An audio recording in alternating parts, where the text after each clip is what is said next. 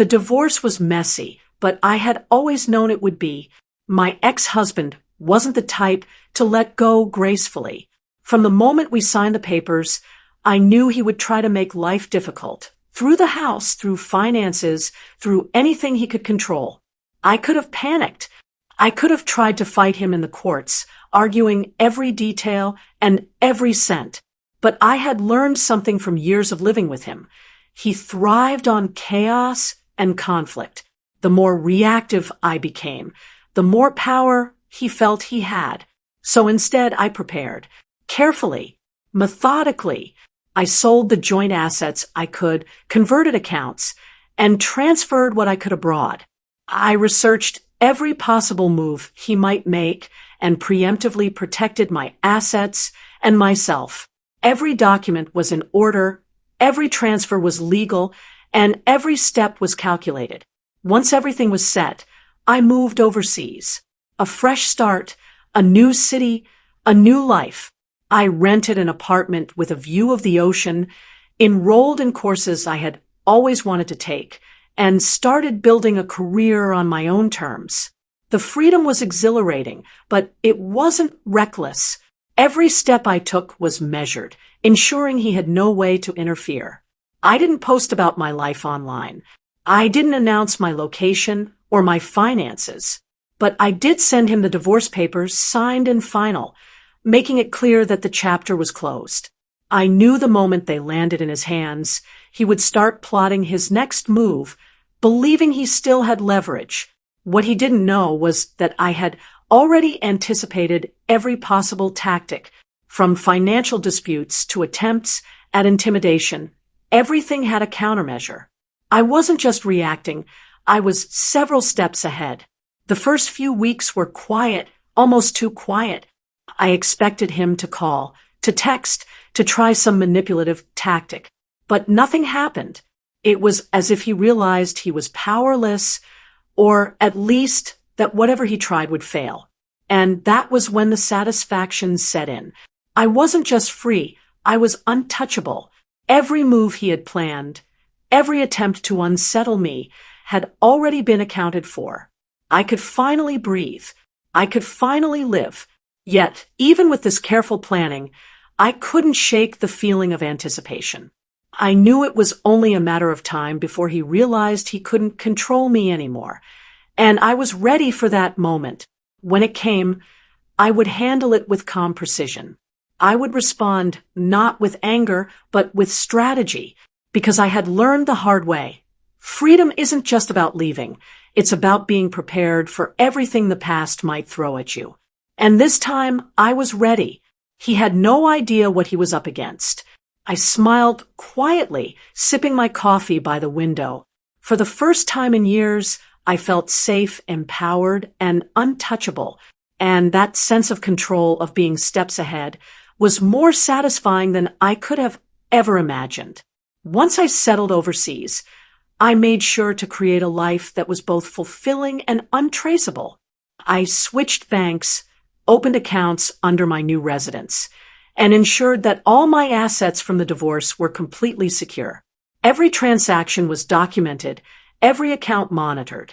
I even set up automatic alerts for unusual activity, knowing he might try something out of spite.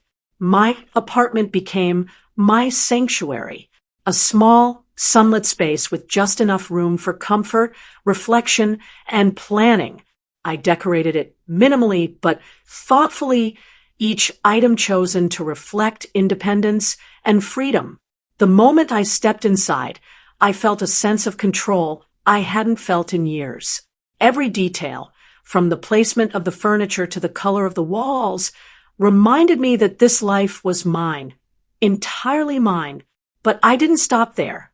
I knew my ex-husband might attempt to manipulate others, mutual friends, colleagues, even family members to get information or leverage. So I quietly informed those I trusted about the divorce and my new life without revealing exact locations or financial details.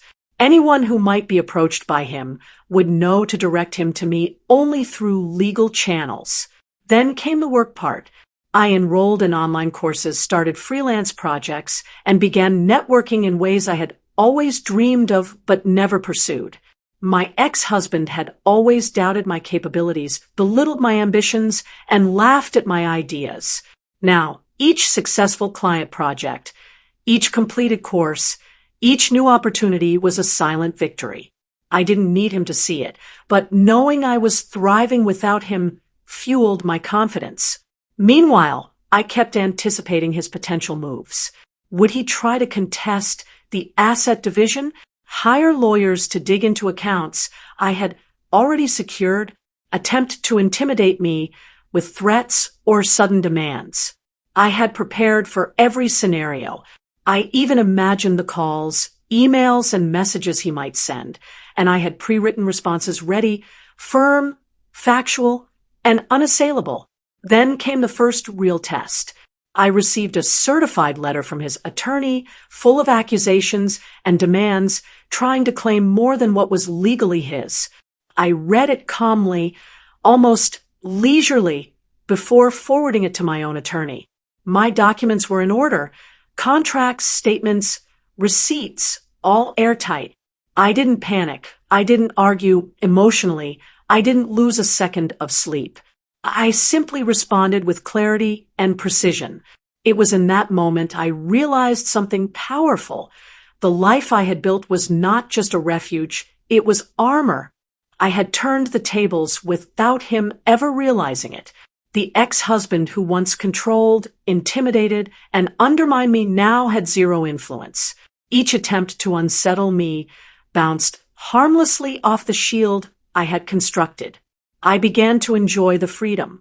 Mornings with coffee on the balcony, evenings spent reading or networking online, weekends exploring my new city. Every moment was mine to claim.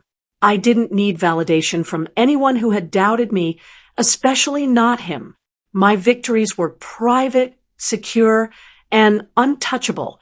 And yet, there was a thrill in the knowledge that if he ever tried to interfere, he would find nothing but preparation and strength.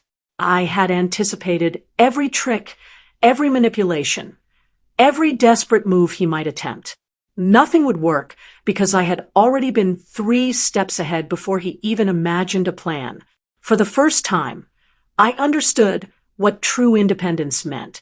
It wasn't just leaving a toxic situation. It was creating a life so carefully structured, so resilient that no one could dismantle it. I had not only survived the divorce, I had outmaneuvered it entirely. I smiled as I looked out over the city skyline, the wind brushing against my face. My life, my rules, my freedom. And he had no idea that every single step I had taken, every precaution I had made, was part of a plan to ensure I could thrive without him. The power was mine, and it felt intoxicating. This wasn't just survival, it was triumph, and I was unstoppable. Months later, he called, anger and disbelief in his voice. "How did you?" I smiled calmly. "I prepared for everything, every move you made, every plan, every attempt to unsettle me. It's all accounted for." For the first time, I felt completely untouchable. My life, my rules, my victory.